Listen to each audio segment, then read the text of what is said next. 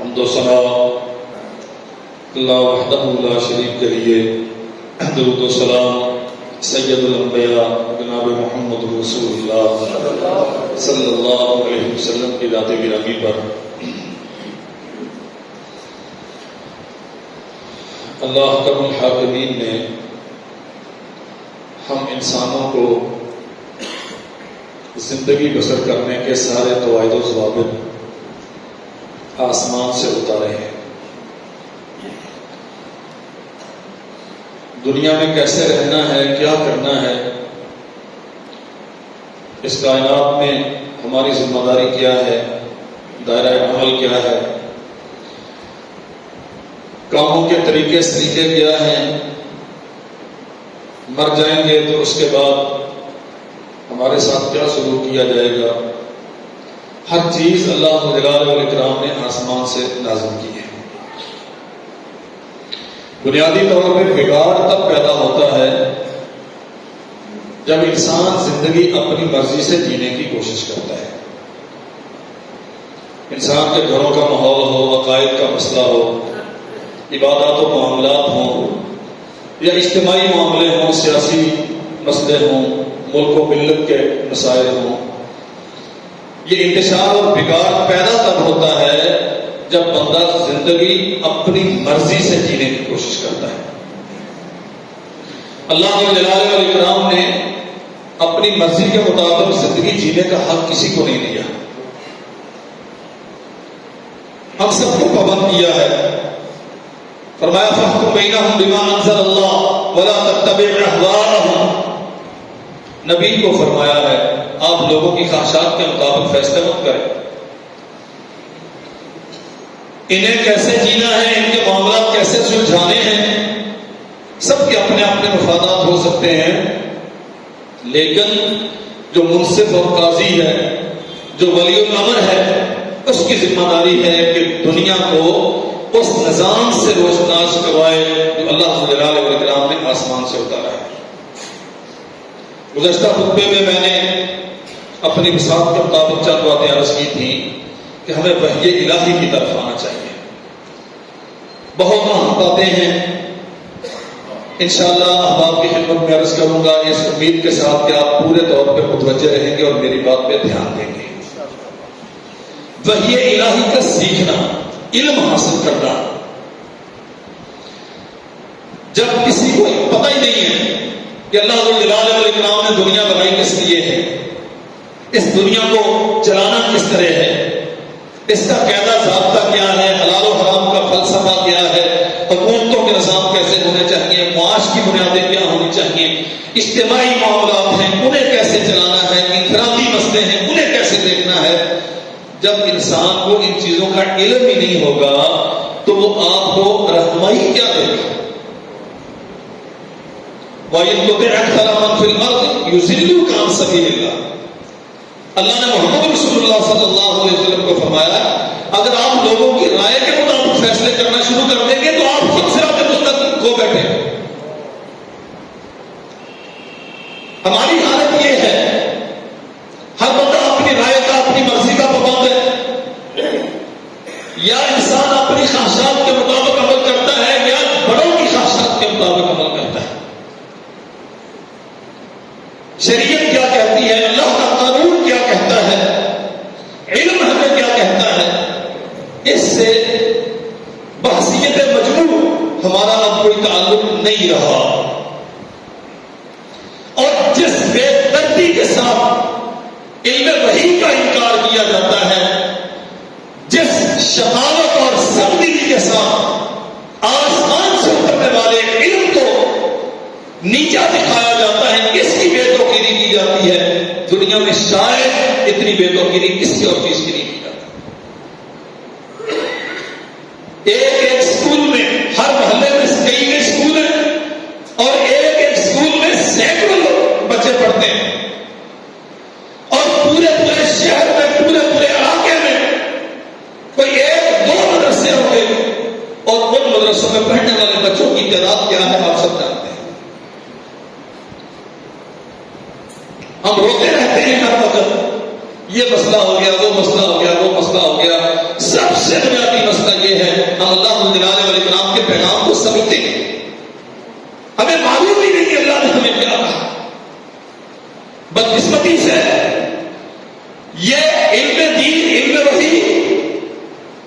یہ دور تھوڑے لوگوں تک محدود ہو گیا، اور وہ جو چند ایک ہیں، میں مخلصین کی بات کرتا ہوں، پیشہ وروں کی بات نہیں کرتا، دنیا میں ان کی کوئی قدر و قیمت اور حیثیت نہیں ہے۔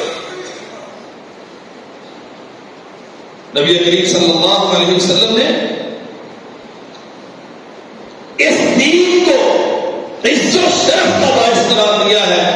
بڑی معروف حدیث ہے صحیح مسلم میں، سیدنا عمر بن خطاب رضی اللہ عنہ نے حاکم مکہ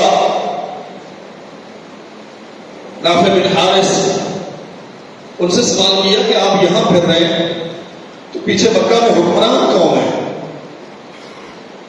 بیت اللہ کا ایمان کون ہے؟ لوگوں کو قیادت فراہم کرنے والا، ان کی رہنمائی کرنے والا آپ کا نائب کون ہے؟ عرض کیا امیر المومنین عبد الرحمن بن ابزہ۔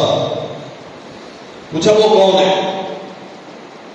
بہت بڑے خاندان کا آدمی، سیاسی بیک گراؤنڈ بہت لمبا چوڑا، بڑا مالدار۔ عرض کیا وہ ہمارے آزاد کردہ غلاموں میں سے ہے۔ سوشل اسٹیٹس، سماجی حیثیت یہ ہے کہ آزاد کردہ غلاموں میں سے ہے۔ عمر پوچھتے ہیں رضی اللہ عنہ تمہارے آزاد کردہ غلاموں میں سے ہے اور اسے مکہ مکرمہ کا گورنر بنا ہے، خوبی کیا ہے اس میں؟ عرض کرتے امیر المومنین انہ قارئ بکتاب اللہ وعالم بالفرائض، اللہ نے اسے قرآن مجید کا قاری بنایا ہے اور اس میں یہ صلاحیت ہے کہ لوگوں کو صحیح اور غلط کتاب و سنت کے معیار پہ بتا سکتا ہے، لوگوں کے مسئلے حل کر سکتا ہے، صحیح طور پہ کتاب و سنت کی روشنی میں لوگوں کو رہنمائی فراہم کر سکتا ہے۔ جناب عمر فرماتے ہیں اسی لیے محمد رسول اللہ صلی اللہ علیہ وسلم نے فرمایا تھا ان اللہ یرفع بهذا الكتاب اقواما ويضع به آخرین، جس نے اس علم کو حاصل کر لیا، علم وحی کو جس نے اپنے سینے میں جگہ دی، اس کے مطابق وہ زندگی بسر کرتا ہے تو اللہ اسے عزت دیتا ہے، جو علم وحی کو چھوڑتا ہے اللہ اسے رسوا کرتا ہے۔ یہ قوموں کے عروج و زوال کا پورا فلسفہ اس ایک حدیث میں، جو علم وحی سیکھتا ہے اس کے مطابق جیتا ہے اللہ اسے عزت دیتا ہے، جو علم وحی سے پہلو تہی کرتا ہے اللہ جلال والاکرام اسے رسوا کر دیتے ہیں۔ اولا تو علم حاصل کرنے کا ہمارے ہاں کوئی ذوق نہیں ہے، باقاعدہ پڑھنا، اس کے لیے رخت سفر باندھنا، اس کے لیے مشقت اٹھانا، اس کے لیے سرمایہ کاری کرنا۔ سیدنا عبداللہ بن عباس رضی اللہ، سیدنا عبداللہ بن مسعود رضی اللہ عنہما فرماتے ہیں اگر مجھے پتا چلے کہ ایک آیت قرآن مجید کے متعلق مجھے علم نہیں ہے، فلاں کو علم ہے، اور وہ اتنی دور ہو، لمبی مسافت، لیکن میرا اونٹ مجھے وہاں تک پہنچا دے تو میں ضرور اس کے پاس جاؤں گا قرآن مجید کی ایک آیت کا علم سیکھنے کے لیے۔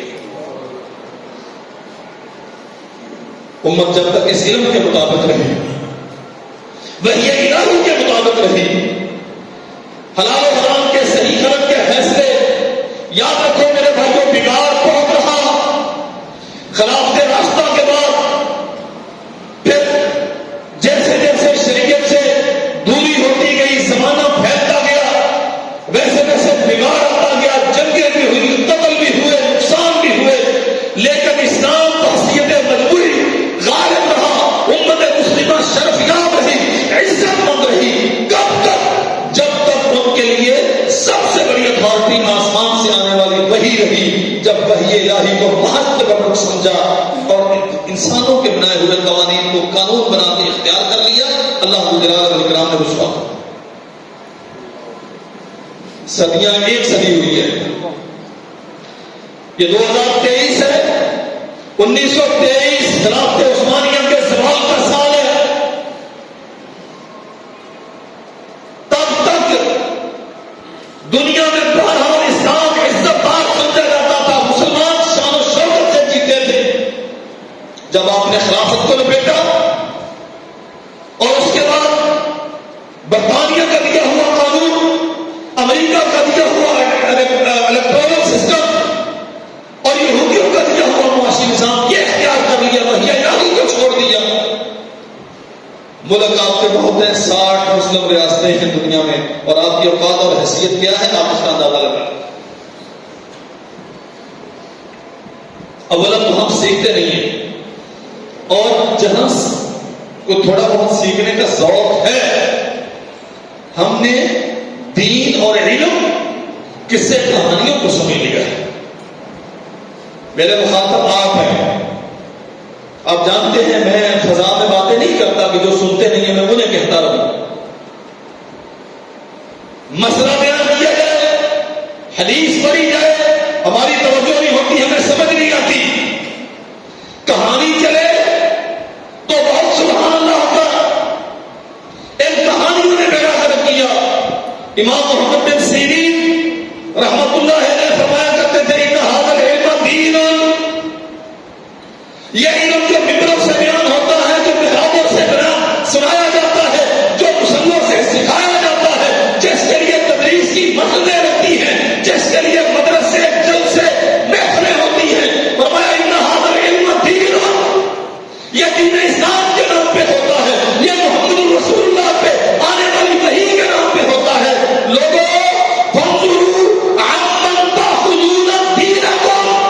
دیکھا کرو جو تمہیں دین سکھانے والا ہے اس کی اپنی حیثیت اور اوقات کیا ہے، اسے کیا معلوم ہے؟ کنجروں سے علم،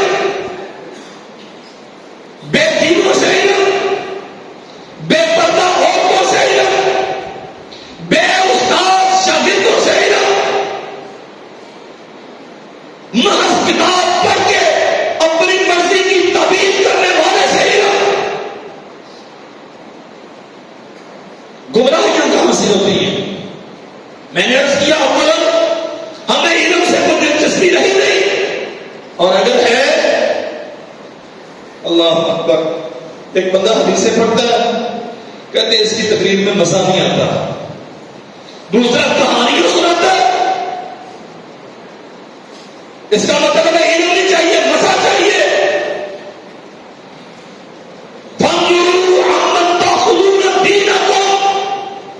امام ابن سیرین فرماتے ہیں یہ علم دین ہے، دیکھا کرو جو تمہیں دین سکھانے والا ہے اس کی اپنی علمی حیثیت کیا ہے۔ جو خود اپنی زبان سے کہے گا کسی استاد سے پڑھا ہوا نہیں، دنیا سے امام بنا کے بیٹھ جائے، جو سال کے 11 مہینے بے حیائی کا پھیلاؤ کرتے رہے، رمضان میں آ کے وہ رمضان ٹرانسمیشن کے نام پہ دین سکھانے لگتے ہیں اور ہم سیکھنے لگتے ہیں۔ اللہ اکبر، یاد رکھو میرے بھائیوں، یہ علم دین ان علماء سے سیکھنا واجب ہے جو پوری ذمہ داری اور دیانتداری کے ساتھ محمد رسول اللہ صلی اللہ علیہ وسلم پہ اتاری جانے والی وحی سمجھنے کے لیے کوشاں ہوتے ہیں اور اس کی نشر و اشاعت اور تحفظ کے لیے کمر بستہ ہے۔ اور یہ مسئلہ بھی سمجھ لیجیے، یہ فتنہ ہے آج کے زمانے کا بہت بڑا۔ اللہ اکبر، کہتے کتابیں موجود ہیں، مولویوں کو کیا کرنا ہے؟ اب کتابوں سے آگے بڑھ کے ماشاءاللہ نیٹ آ گیا، اس میں ساری دنیا کا علم موجود ہے۔ میں پوری ذمہ داری کے ساتھ کہتا ہوں شاید پچھلے 1400 سال میں اتنے فتنے پیدا نہیں ہوئے جب سے یہ سوشل میڈیا آیا ہے جتنے فتنے ان چند سالوں میں پیدا ہوئے، علمی فتنے۔ نبی کریم صلی اللہ علیہ وسلم نے امت کو علم سکھایا۔ صحابہ کرام عربی جانتے تھے، قرآن نازل ان کے زمانے میں ہوا، ان کے سامنے ہوا، صاحب قرآن محمد رسول اللہ صلی اللہ علیہ وسلم کی زندگی ان کے سامنے تھی، لیکن پھر بھی مسئلہ سمجھ نہیں آتا تھا، عربی دان تھے، عربی جانتے تھے، پھر بھی محمد رسول اللہ صلی اللہ علیہ وسلم کے پاس آیا کرتے تھے، اللہ کے نبی یہ کیسے ہے، یہ کیسے ہے، سارے مسائل کی وضاحت اللہ کے نبی خود فرمایا کرتے تھے۔ خالی قرآن دین اٹھایا اور اسے مسئلہ سمجھ لیا۔ اللہ اکبر، محمد کریم صلی اللہ علیہ وسلم فرماتے ہیں، جناب ابو درداء رضی اللہ عنہ کہتے ہیں کہ اے آسمان کی طرف اللہ کے نبی کی نگاہیں، اور فرمایا ھذا اوان یختلس العلم من الناس، لوگوں کو وقت آنے والا ہے کہ لوگوں سے علم اٹھا لیا جائے گا، حتی لا یقدروا منہم علی شیء، یوں کہ علم کا کوئی حصہ ان کے پاس باقی نہیں رہے گا۔ سیدنا زیاد بن لبید انصاری رضی اللہ عنہ کہتے ہیں اللہ کے نبی علم کیسے اٹھایا جائے گا؟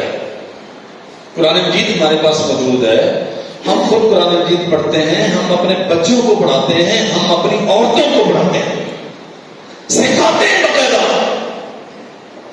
علم کیسے اٹھایا جائے گا؟ رسول اللہ صلی اللہ علیہ وسلم فرماتے ہیں لبید زیاد، میں سمجھتا تھا کہ یار تو بڑا سیاح آدمی ہے، بڑا عقل مند ہے، تو یہ بتا کیا یہود و نصارہ کے پاس ان کی کتابیں نہیں تھی؟ کیا تورات و انجیل بنی اسرائیل میں موجود نہیں ہے؟ فرمایا محمد کریم صلی اللہ علیہ وسلم نے ھذا التوراۃ والانجیل عند اليهود والنصارى فما تغنی عنهم،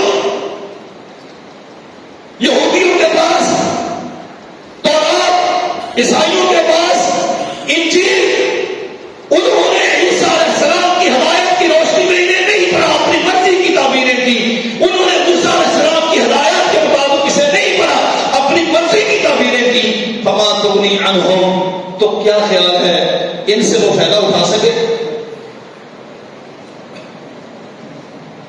علم اٹھا لیا جائے گا، کیا مانا علم اٹھانے کا؟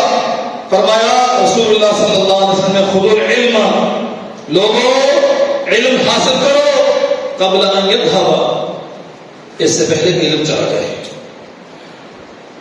اللہ اکبر، اللہ کے نبی علم کیسے جائے گا؟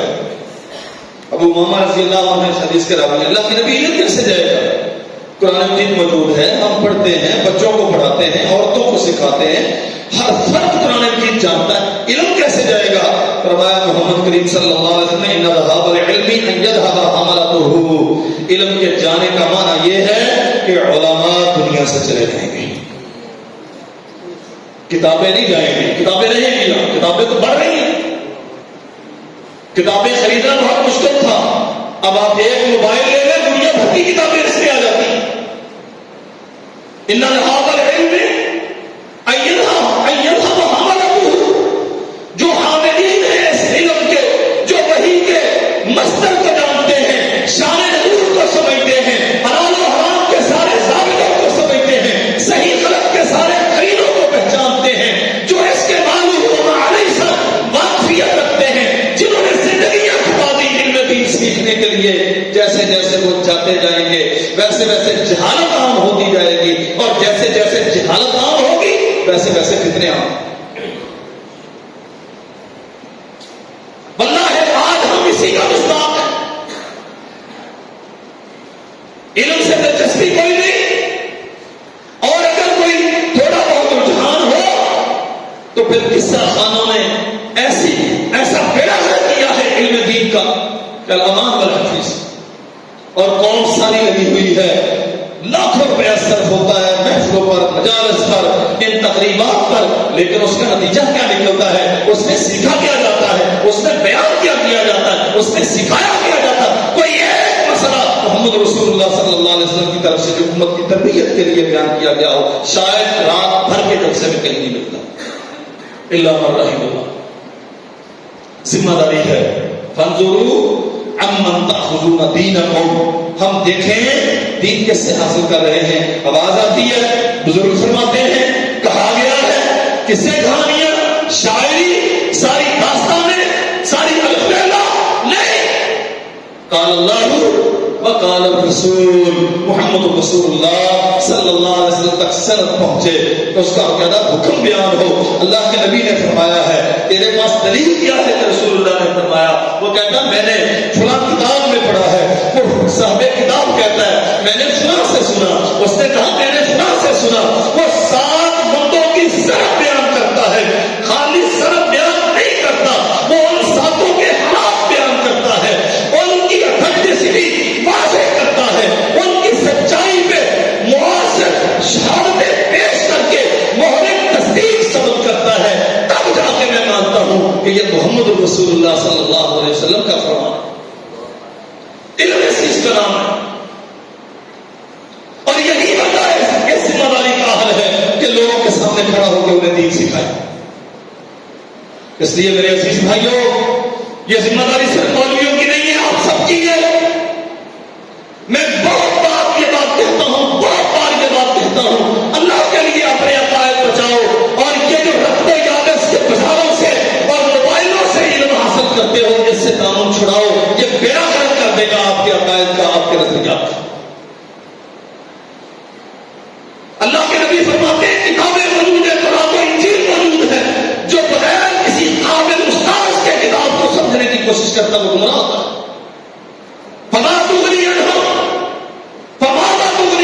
اللہ کے نبی تعجب کے ساتھ زیاد ابن لبید سے سوال کرتے ہیں، تورات و انجیل سے لوگوں نے کیا فائدہ اٹھایا؟ آپ کتنے ماہر کیوں نہ ہو؟ سیدنا عدی ابن حاتم رضی اللہ عنہ محمد رسول اللہ صلی اللہ علیہ وسلم کے پاس آئے. اللہ کے نبی قرآن کہتا ہے تم سحری کھاؤ حتی یتبین لکم الخیط الابیض من الخیط الاسود من الفجر، جب تک سفید دھاگا سیاہ دھاگے سے ممتاز نہ ہو جائے. اب دو دھاگے اٹھا کے تکیے کے نیچے رکھ لیے، انہیں دیکھتے رہے حتیٰ کہ بالکل اسفار ہو گیا. کب کی فجر ہو چکی. اللہ کے نبی یہ تو کوئی بات سمجھ نہیں آئی. فرمایا اس کا یہ معنی نہیں ہے، اس کا معنی وہ صبح صادق اور صبح کاذب ہے. صبح کاذب سیاہ دھاگا، صبح صادق سفید دھاگا. معنی کیا ہے؟ میں یہ بات اس لیے کرتا ہوں جب تک آپ قابل استاد سے جا کے رہنمائی نہیں دیں گے، یہ کتابیں آپ کو فائدہ کم دیں گی، آپ کو نقصان زیادہ کریں گی. میں ایک مثال عرض کرتا ہوں آپ کو. کسی نے فتویٰ چھوڑ دیا. عبداللہ ابن عمر رضی اللہ عنہما نے فرمایا، صحیح بخاری میں حدیث ہے، ٹھیکے پہ زمین دینا لینا منع. حدیث بخاری میں موجود ہے، عبداللہ ابن عمر کا فتویٰ موجود ہے. لیکن بالکل نمبر بھی، حدیث بھی، عبارت بھی سب درست ہے. اتنا حصہ اٹھایا، چھوڑ دیا. جو عالم ہے نا وہ اس کا پیچھا نہیں کرے گا. وہ فتویٰ دینے سے پہلے دیکھے گا اس معانی کی اس بات کے متعلقہ اور حدیث کہاں ہے، ساری جمع کرے گا. پھر ان میں جمع تفریق ہوتی ہے، ان میں ناسخ و منسوخ ہوتا ہے، ان میں تقدم و تاخر ہوتا ہے. کیسے دنیا کو گائیڈ کرنا. لیکن جو نہیں جانتا، جو صرف کتاب کی پیروی کرتا ہے لیکن کتاب کی حقیقت سے واقف نہیں ہے، وہ اس حدیث کے پیچھے لگ جائے. جبکہ مسئلہ ایسے، میں نے چند دن پہلے درس میں ایک بات بیان کی تھی. عبداللہ ابن عمر فرماتے ہیں رضی اللہ عنہ، بخاری میں حدیث ہے، اشراف پڑھنا بدعت ہے. بخاری میں حدیث ہے اشراف پڑھنا بدعت ہے. کیا خیال ہے، اشراف پڑھنا بدعت ہے؟ جب بندہ بغیر استاد کے یہ مسئلہ پڑھے گا تو پھر یہ فتویٰ پھیلائے گا. ابن عمر کا فتویٰ بخاری میں اشراف پڑھنا بدعت ہے.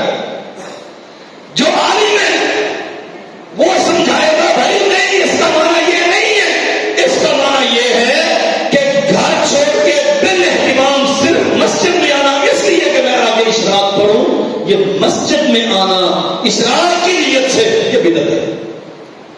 آپ جہاں ہیں وہاں پڑھیں. یہ چونکہ نماز فرض نہیں ہے اس لیے اہتمام کے ساتھ مسجد میں آنا بدعت ہے. اشراق پڑھنا بدعت نہیں ہے. سمجھائے گا کون؟ عالم سمجھائے گا. تیری کتاب تجھے نہیں سمجھائے گی. اس کا یہ معنی نہیں ہے کہ آپ کتاب نہ پڑھیں، ضرور پڑھیں. لیکن اگر کوئی مسئلہ سمجھ نہیں آتا تو اہل علم کی طرف رجوع کریں، فتویٰ مت دیں. اللہ اکبر. بلّہ عجیب و غریب قسم کے مطالبے ہوتے ہیں ہم سے. جو ایسے کرتا ہے کہ وہ مشرک ہے. اچھا جی وہ مشرک ہے تو پھر اس کے جنازے پہ جانا چاہیے. کوئی بندہ نہیں بچے گا آپ کے سفر کی سب سے، پھر دنیا ساری مشرک ہو جائے.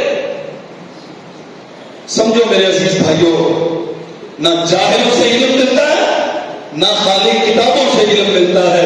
علم اہل علم سے ملتا ہے. عبداللہ ابن مسعود فرماتے ہیں سینکڑوں میل لمبی مسافت کرنا پڑے اور مجھے معلوم ہو کہ فلاں بندہ قرآن مجید کی ایک آیت کے بارے میں جانتا ہے، میں اس سے جا کے سیکھوں گا. کیا قرآن مجید عبداللہ ابن مسعود کے پاس نہیں تھا؟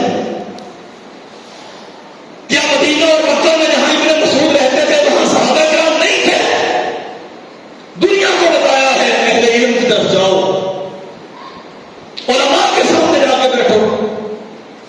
سیدنا علی المرتضیٰ رضی اللہ عنہ صاحبزادے حضرت حسن کو فرماتے ہیں بیٹے علماء کے پاس جاؤ تو سلام عرض کر کے جا کے ادب سے بیٹھ جاؤ، خاموش رہو، بولو مت، سننے پہ دھیان دو.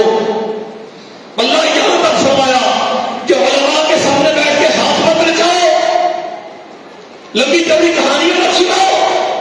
اگر تم یہ کرو گے تو علم سیکھنے سے محروم رہ جاؤ گے. یہ محرومی بالکل واضح ہے. ہمارے پاس معلومات ہیں، یہ بات یاد رکھو، ہمارے پاس معلومات ہیں اور بہت ہیں، علم نہیں. علم احترام سکھاتا ہے، علم ادب سکھاتا ہے،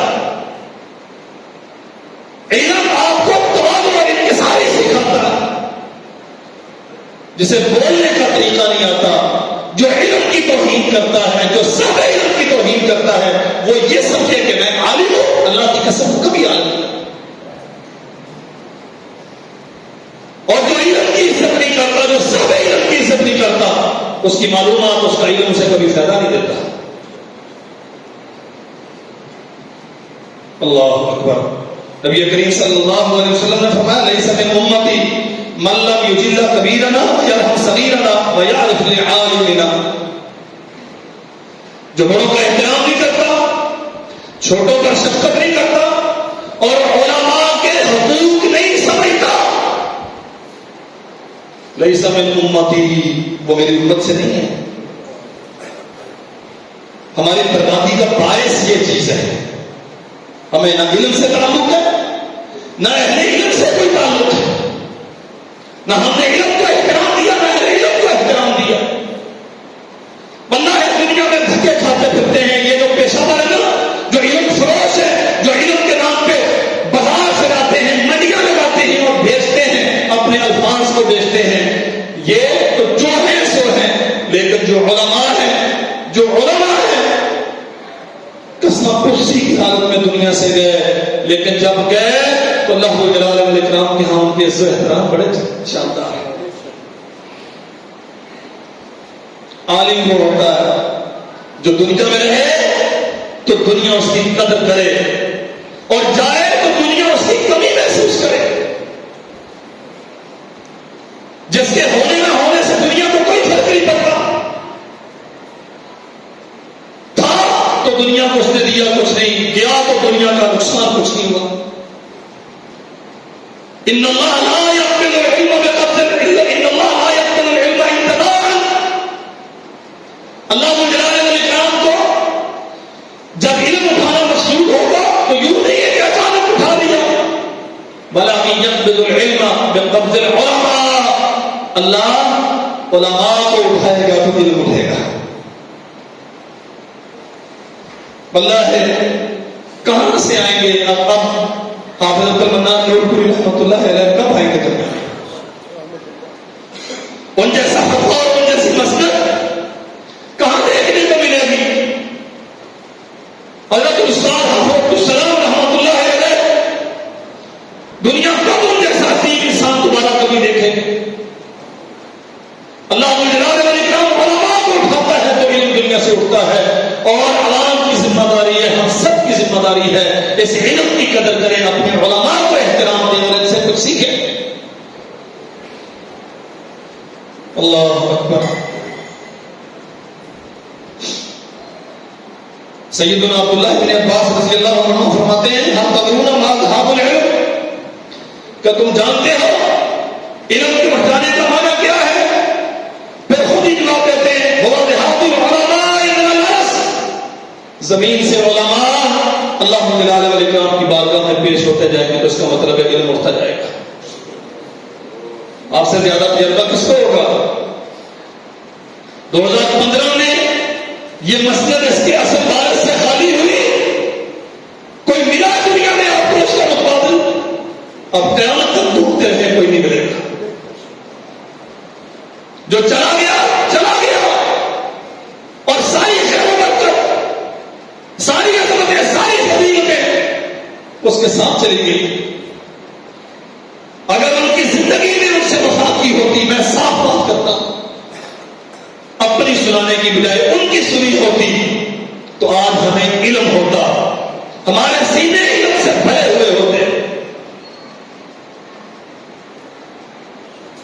یہاں آتے ہیں بھائی مسئلہ پوچھنے کے لیے، پوچھتے نہیں ہیں، بتاتے ہیں، مسئلہ بتاتے ہیں۔ بندہ زندگی میں بات کرتی ساری، عمر کتنی؟ 60 سال، نماز کا طریقہ کوئی پتا؟ چلے جو آپ پڑھتے ہیں اسے ترتیب سے بیان کر دیں، اتنی بھی صلاحیت نہیں۔ یہ نتیجہ ہے اس بے توقیری کا جو علم اور اہل علم نے ہم نے کی۔ اور جب اللہ جلال والاکرام کی طرف سے تعریف گئی، وہی کی بے توقیری کی جائے گی، آپ سمجھیں کہ اللہ کی رحمتیں آئیں گی، پھر اللہ کی طرف سے برکتیں آئیں گی، پھر بے موسمی بارشیں نہ ہوں، اور پھر حالات اچھے ہوں، اور پھر حکمران اچھے ہوں۔ ہم اپنے آپ کو اس قابل تو بنائیں۔ اللہ اکبر۔ سیدنا سعید بن جبیر رحمت اللہ علیہ سے سوال کیا گیا، ما علامت ہلاک الناس، قوموں کی بربادی کی علامتیں کیا ہیں؟ معاشرے کب تباہ ہوتے ہیں؟ ملکوں کے نظام، سیاست، معاش، معیشت، خاندانی سلسلے، جماعتیں، تنظیمیں، ان کا بیڑا کب غرق ہوتا ہے؟ فرمایا سیدنا سعید بن جبیر رحمۃ اللہ علیہ نے، اذا ہلاک علماؤہم، جب علماء برباد ہوتے ہیں، یہ بے توقیر ہوتے ہیں، انہیں پیچھے دھکیل دیا جاتا ہے، قیادت، لیڈرشپ، رہنما جاہل ہوتے ہیں۔ اذا ہلاک علماؤہم، علماء فوت ہو گئے، علماء کو کمروں میں بند کر دیا گیا، علماء کا سارا علم اس کے محراب تک، اس کے حجرے تک محدود کر دیا گیا۔ تیری سوشل لائف میں اس کی کوئی حیثیت نہیں ہے، تیری پولیٹیکل ہسٹری میں اس کا کوئی رول نہیں ہے، مولوی کی کوئی اوقات نہیں ہے، اسے صرف ختم درود کے لیے رکھا گیا۔ فرمایا سیدنا سعید بن جبیر نے، اذا ہلاک علماؤہم، معاشرے تب برباد ہوتے ہیں جب ان کے علماء کو پیچھے کر دیا جاتا ہے۔ کون پوچھ کے کرتا ہے؟ جانور ذبح کرنا ہے، ابھی قربانی آ رہی ہے، اللہ توفیق دے تو انشاءاللہ کریں گے۔ جانور ذبح کرنا ہے، کیسے ذبح کرنا ہے یہ تو پوچھا جاتا ہے، اور جانور خریدنے کے لیے کمائی کہاں سے آئی یہ کبھی پوچھا؟ آج تک مجھ سے کسی نے مسئلہ نہیں پوچھا کہ حرام کی کمائی کا جانور قربانی لگتا ہے کہ نہیں لگتا۔ ذبح کی دعا سب کوئی پوچھتا ہے، تبرک سمجھا جاتا ہے، مولوی ہمارا بکرا ذبح کرے تو یہ بابرکت ہوگا، لیکن بکرا خریدنے سے پہلے مولوی سے جب کوئی پوچھتا ہے کہ حضرت یہ ہماری کمائی کا بھی ذرا حساب و کتاب کریں، ہم یہاں سے کماتے یوں آتا ہے، اس کا بکرا خرید کے اللہ کی بارگاہ میں دیا بھی جا سکتا ہے؟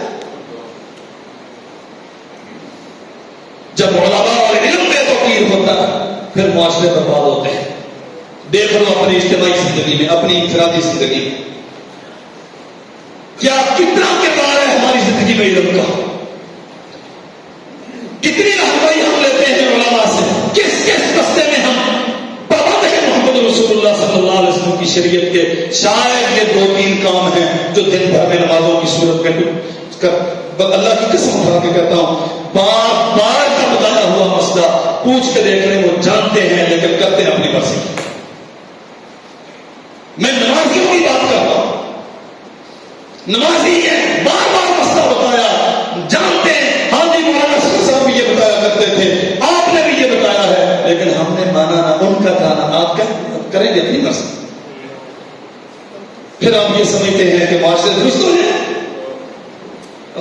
اکبر. سیدنا عمر بن خطاب رضی اللہ عنہ فرماتے ہیں الا فمن سفله قومه على فقه كان ذلك خيرا له. جنہوں نے لیڈر بنا لیا کسی فقیہ کو، اپنا رہنما بنا لیا کسی عالم کو، فقیہ کا معنی کتاب و سنت کی حقیقت سمجھنے والا کو، کان خیر اللہ، یہ معاشرہ بہتر ہو جائے گا، یہاں برکت اور خیر ہوگی. ومن سبله قومه على غیر فقه کان ذلک ہلاکا له. جنہوں نے کسی غیر فقیہ کو، جن کا لیڈر غیر فقیہ ہوا، کتاب و سنت سے نہ واقف ہوا، علم دین سے نابلد ہوا، فرمایا کان ذالک ہلاک اللہ، یہ اس کی لیڈری، اس کی قیادت اس قوم کے لیے ہلاکت کا باعث ہوگی، اس کے لیے بھی ہوگی اور ان کے لیے بھی ہوگی، والی مانے تباہ جو اس کی پیروی کرتے ہیں. اللہ اکبر. علم سیکھو میرے بھائیوں، جتنی زندگی موجود ہے. اس کا یہ ہرگز معنی نہیں ہے کہ سارے دکانیں بند کر کے یہاں آ کے میرے پاس داخل ہو، لیکن جتنا ٹائم آپ کو ملے صاحب علم کی عزت کرو، علم کا وقار اپنے دل میں پیدا کرو، اور تواضع کے ساتھ آ کے بیٹھو اس کی خدمت میں. وہ جو کچھ اپنی زبان سے کہے گا کچھ نہ کچھ تمہارا حصہ اللہ تمہیں دے دے. اور امام احمد بن حنبل رحمۃ اللہ علیہ، اللہ کی زمین پر آسمان کی چھت کے نیچے حدیث رسول کا اتنا بڑا مجموعہ کسی نے جمع نہیں کیا جتنا حضرت امام احمد بن حنبل نے کیا رحمۃ اللہ. 30,000 حدیثیں نبی رحمت صلی اللہ علیہ وسلم کی انہوں نے خود جمع کی، 10,000 حدیثیں ان کے بیٹے نے اس مجموعے میں شامل کی. امام احمد کے پاس جاتے ہیں تو دزانوں ہو کے بیٹھتے ہیں، اور یہ وہ انسان ہے حضرت امام محمد بن ادریس الشافعی ان کے استاد ہیں. امام محمد بن ادریس الشافعی فرمایا کرتے تھے احمد آپ حدیث رسول کو ہم سے زیادہ جانتے ہیں، کہیں ہمیں خطا ہو جائے تو آپ بتا دیا کرو. استاد شاگرد سے کہتا ہے. لیکن جب یہ جاتے اپنے امام احمد کے سامنے دزانوں ہو کے بیٹھتے، اس طرح تواضع اور انکساری کے ساتھ جب کہا جاتا کہ آپ اتنے بڑے عالم ہیں، حدیث رسول کے اتنے بڑے ماہر ہیں، تو آپ ذرا ریلیکس ہو کے بیٹھے ہیں. تو فرماتے حضرت نہیں، میں شاگرد ہوں، اور شاگرد کا اصل مقام یہ ہے کہ استاد کے سامنے ادب اور تواضع کے ساتھ بیٹھے. اور سمجھ لو میرے بھائیوں یہ مسئلہ، بہت سارے لوگ ہوتے ہیں جن کی کتابیں بڑی چاٹی ہوئی ہوتی ہیں، جن کے پاس ڈگریاں بڑی شاندار ہوتی ہیں، شہرت بڑی ہوتی ہے، ان کے علم کا ڈھنکا بجتا ہے دنیا میں، لیکن ان کا علم نہ ان کے لیے فائدہ مند ہوتا ہے نہ لوگوں کے لیے فائدہ مند ہوتا ہے. کیوں؟ وہ علم اور صاحب علم کے احترام سے خالی ہوتے ہیں. حضرت امام مسلم بن حجاج رحمۃ اللہ علیہ اپنے استاد محترم امام بخاری رحمہ اللہ کی خدمت میں آیا کرتے، جب بھی آتے آگے پیشانی پہ بوسہ دیتے اور عرض کرتے حضرت اگر میرے لیے روا ہو تو میں آپ کے قدموں کو بوسہ دوں جتنا آپ نے مجھ پہ احسان کیا، مجھے رسول اللہ کی حدیث سکھائی. یہ اتنی سستی چیز نہیں ہے. اللہ کی قسم محدثین جنہوں نے علم کی خدمت کی اور جن لوگوں نے ان سے علم حاصل کرتے وہ خود محدث بنے، سب سے پہلا کام انہوں نے یہ کیا علم اور صاحب علم کا احترام اپنے دل میں پیدا کیا، انہیں وہ حیثیت اور مقام دی جس کے وہ اہل تھے. نبی کریم صلی اللہ علیہ وسلم سفر پہ جا رہے، سیدنا مغیرہ بن شعبہ رضی اللہ عنہ ساتھ ہیں، کہتے سفر پہ جا رہے ہیں، تخلف رسول اللہ صلی اللہ علیہ وسلم فتخلفت معه، قافلہ جا رہا ہے، نبی رحمت صلی اللہ علیہ وسلم آہستہ آہستہ رکنا شروع ہو گئے، پیچھے ہو گئے. میں نے دیکھ لیا تو میں بھی آپ کے ساتھ رک گیا. اللہ کے نبی کسی مسئلے کی وجہ سے رکے تو میں آپ کے ساتھ رہوں گا، حتیٰ کہ بات لمبی ہے، ساتھ رہے. رسول اللہ صلی اللہ علیہ وسلم نے ذرا خلوت اختیار کی، قضاء حاجت کے لیے تشریف لے گئے، واپس آئے اور وضو کا طریقہ، دوران سفر قضاء حاجت کا طریقہ، اور پھر مسح علی الخفین، جرابوں پر موضوع پر مسح کرنے کا طریقہ اللہ نے مغیرہ بن شعبہ کی زبان سے امت کو پہنچایا. صورت میں ملا، خدمت کی ہے استاذ کی، حکم نہیں دیا، پابند نہیں کیا، کہا نہیں ہے کہ پیچھے رہو، رکے، تخلف رسول اللہ فتخلف تما، اللہ کے نبی قافلے سے پیچھے رہ گئے، میں بھی پیچھے رہ گیا کہ استاد محترم میں اللہ کے نبی ہیں، کوئی مسئلہ ہوگا، کوئی کام ہوگا، دیکھا تو محمد رسول اللہ صلی اللہ علیہ وسلم کا سارا عمل علم کی صورت میں اللہ نے انہیں عطا کیا اور امت تک پہنچانے کا باعث بنا ہے۔ وہ جو وہاں کھڑے ہو کے ڈانٹ ڈانٹ کے مسئلے پوچھنے کا رواج ہے نا، اللہ اکبر، ایسے علم۔ صحیح بخاری میں ایک واقعہ ہے، نبی علیہ السلام نماز بھول گئے، دو پڑھائی سلام پھیرا باہر چلے گئے۔ اب صحابہ کرام میں ہمت نہیں ہو رہی سوال کرنے کی، ہمارے ہاں تو کیوں بنا بنایا پڑا ہوتا ہے نا، آج مولوی صاحب نے یوں کیوں کیا، اللہ اکبر۔ وہاں خارجی دروازے پر ایک آدمی تھا، اس نے ہمت کی اور کیا کہا، اب اصیلت الصلاۃ ام نسیت یا رسول اللہ، اللہ کے نبی پہلے 4 پڑھا کر دیا، 2 کیوں پڑھائی ہیں؟ یہ سوال شاگرد کو استاد کے متعلق کبھی کیوں نہیں کہہ سکتا۔ اب اصیلت الصلاۃ، اللہ کے نبی نماز کم ہو گئی، ام نسیتا، یہ آپ بھول گئے، فرمایا نہ نماز کم ہوئی تھا میں بھولا، پھر عرض کی اللہ کے نبی نے پھر کچھ تو ہوا ہے، آپ نے 4 کی بجائے 2 بڑھائی ہیں، کیوں نہیں کہا؟ جناب ابو ہریرہ رضی اللہ عنہ بیان کرتے ہیں، یہ جو دعائے استفتاح ہے نا، اللہم باعث بینی و بین خطایا، پتہ کیسے ہم تک پہنچی؟ بے ابی انت و امی یا رسول اللہ، ماذا تقول فی سکوتک بین التکبیر والقراءۃ، اللہ کے نبی تکبیرت تحریمہ کہنے کے بعد قرات شروع کرنے سے پہلے یہ جو آپ خاموش ہوتے ہیں، اب اس میں کیا پڑھتے ہیں؟ لیکن اس سے پہلے کیا کہا؟ بے ابی انت و امی یا رسول اللہ، اللہ کے نبی میرے ماں باپ آپ پہ قربان ہو، مجھے سکھائیے آپ اس سکتے میں کیا پڑھتے ہیں، سیکھنے کا جانیے، سیکھا کیوں جاتا؟ عبداللہ ابن عباس رضی اللہ عنہ سیکھتے ہیں نا، خالہ سے سیدہ میمونہ زوج النبی صلی اللہ علیہ وسلم سے جا کے عرض کرتے ہیں، آج کی رات آپ کے گھر میں رہنا چاہتا ہوں، دیکھتا ہوں اللہ کے نبی رات کیسے بسر کرتے، ساری رات جاگتے ہیں، پانی کی ضرورت پڑی وضو کے لیے پانی لائے، اللہ کے نبی مصلی پہ کھڑے ہوئے، ہاتھ مان کے بائیں سائڈ پہ کھڑے ہو گئے، ساتھ رحمت کائنات نے یوں سر سے پکڑا، دوران نماز گھما کے اپنی دائیں سائڈ پہ کر لیا، امت کو بتایا ہے۔ عبداللہ ابن عباس نے یہ حدیث بیان کی ہے کہ جب امام اکیلا ہو اور آپ نے ان کے ساتھ مل کے نماز پڑھنی ہو تو دائیں طرف کھڑے ہونا ہے۔ کیسے؟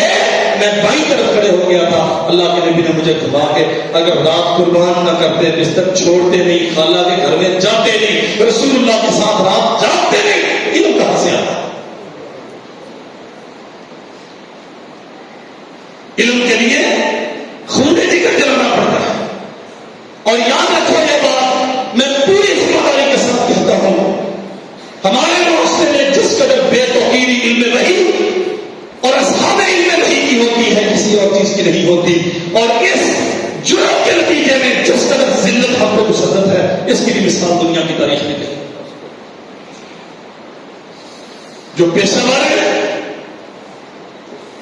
وہ تو سونے کا چمچ لے کے پیدا ہوتے ہیں، ان کے لیے تو حضرت بچوں کے پورے کارواں چلتے ہیں،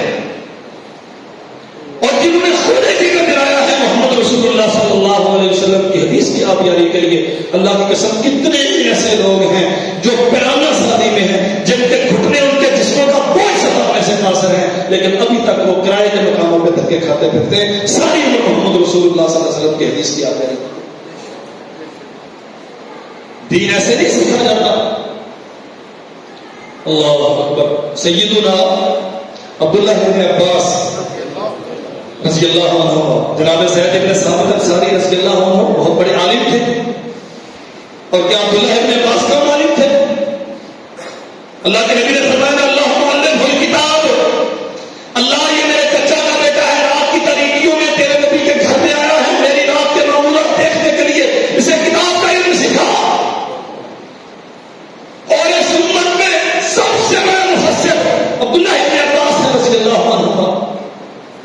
زید بن ثابت انصاری رضی اللہ عنہ بڑی عمر کے ہیں اور بڑے عالم دین ہیں، صحابہ کرام میں بڑی ممتاز حیثیت رکھتے ہیں، سواری پہ بیٹھے ہیں، نوٹ نکلے، عبداللہ ابن عباس آگے بڑھے اور سواری کے مہار تھام کے آگے آگے جا رہے. بات سمجھو ذرا. زید بن ثابت کہتے ہیں آپ رسول اللہ کے چچا صاحب بھائی ہیں، آل رسول میں سے ہیں، آپ ہاشمی ہیں، آپ سید ہیں، آپ مہاجر ہیں، آپ قریشی ہیں، میں تو انصاری ہوں، آپ مجھے اتنا پروٹوکول کیوں دیتے ہیں؟ فرماتے ہیں عبداللہ ابن عباس حضرت ہمیں یہی حکم دیا گیا ہے ہم علماء کی یوں عزت کریں جیسے میں آپ کی عزت کر رہا ہوں. یہی عبداللہ ابن عباس ہے. امام ابن عبد البر نے لکھا ہے جامع بیان علم و فقہ میں، کہتے ہیں کہ کوئی مسئلہ ذہن میں آتا کہ مجھے یہ سیکھنا چاہیے، جس کے متعلق پتا چلتا کہ فلاں کے پاس ہوگا، میں اس کے دروازے پہ جا کے بیٹھ جاتا، دروازہ ناک نہیں کرتا تھا، دستک نہیں دیتا تھا، بجاتا نہیں تھا کہ حضرت صاحب باہر تشریف آئے اور آگے مسئلہ ہوتا ہے. آپ کا مولوی تو پہلے سے کسی مصروفیت میں ہو نا، سبق پڑھا رہا ہو اور باہر آ کے دفتر میں کہتے ہیں مولوی صاحب بیٹھنا نہیں کتنے 10 منٹ سبق پڑھانے میں لیٹ ہو جائے تو چودھری صاحب بیٹھ جاتے ہیں، مسئلہ پوچھنا ہے تجھے بڑھیا کڑے یہ مسئلہ نہیں دسے.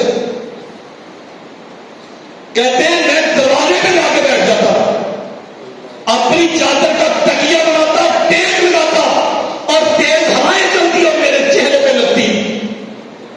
جب صاحب خانہ فارغ ہوتے، مناسب سمجھتے، باہر دروازہ کھولتے، پتا چلتا عبداللہ ابن عباس کہتے مجھے کہتے آپ رسول اللہ کے چچا کے بیٹے ہیں، آپ ہمیں حکم دیتے ہم آپ کے گھر میں آتے. فرماتے نہیں، کیونکہ طالب علم میں ہوں، میری ذمہ داری تھی کہ میں آتا آپ کے پاس اور آگے آپ کا انتظار کرتا، آپ تشریف لائے مجھے یہ مسئلہ سمجھاتے.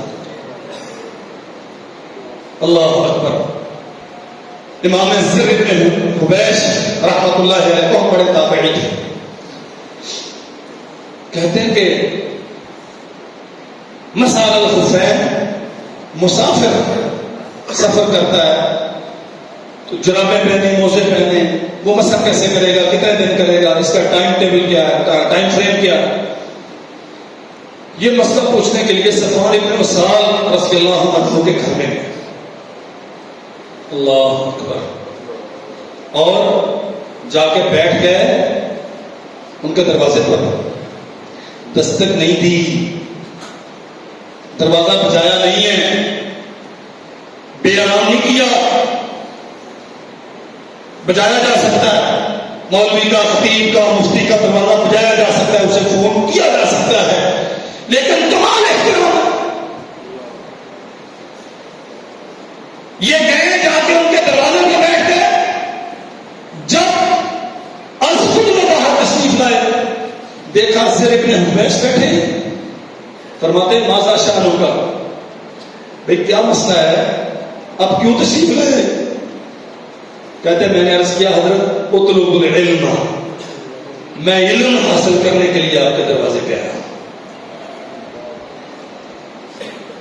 نام صفوان ابن اسال رضی اللہ عنہ بیان کرتے ہیں محمد رسول اللہ صلی اللہ علیہ وسلم سے ہم نے سنا اللہ کے نبی نے فرمایا فرشتے اس بندے کے پاؤں کے نیچے پر بچھاتے ہیں تاکہ وہ راضی ہو جائے وہ بندہ جو حصول علم کے لیے گھر سے نکلتا ہے.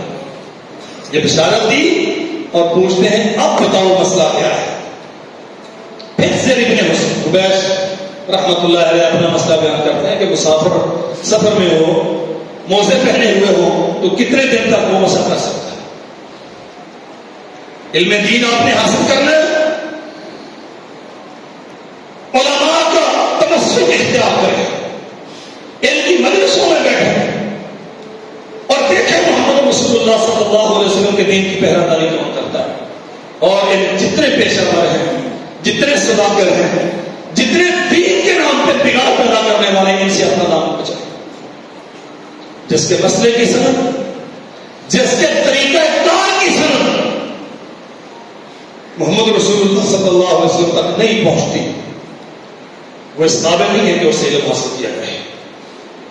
پھر سن لو یہ بات، جس کے بتائے ہوئے مسئلے کی سند اور مسئلہ بتانے کے طریقہ کار کی سند نبی احمد صلی اللہ علیہ وسلم تک نہیں پہنچتی، اسے کوئی حق نہیں ہے کہ وہ ممبر رسول پہ کھڑا ہو کے مسئلے بیان کرے۔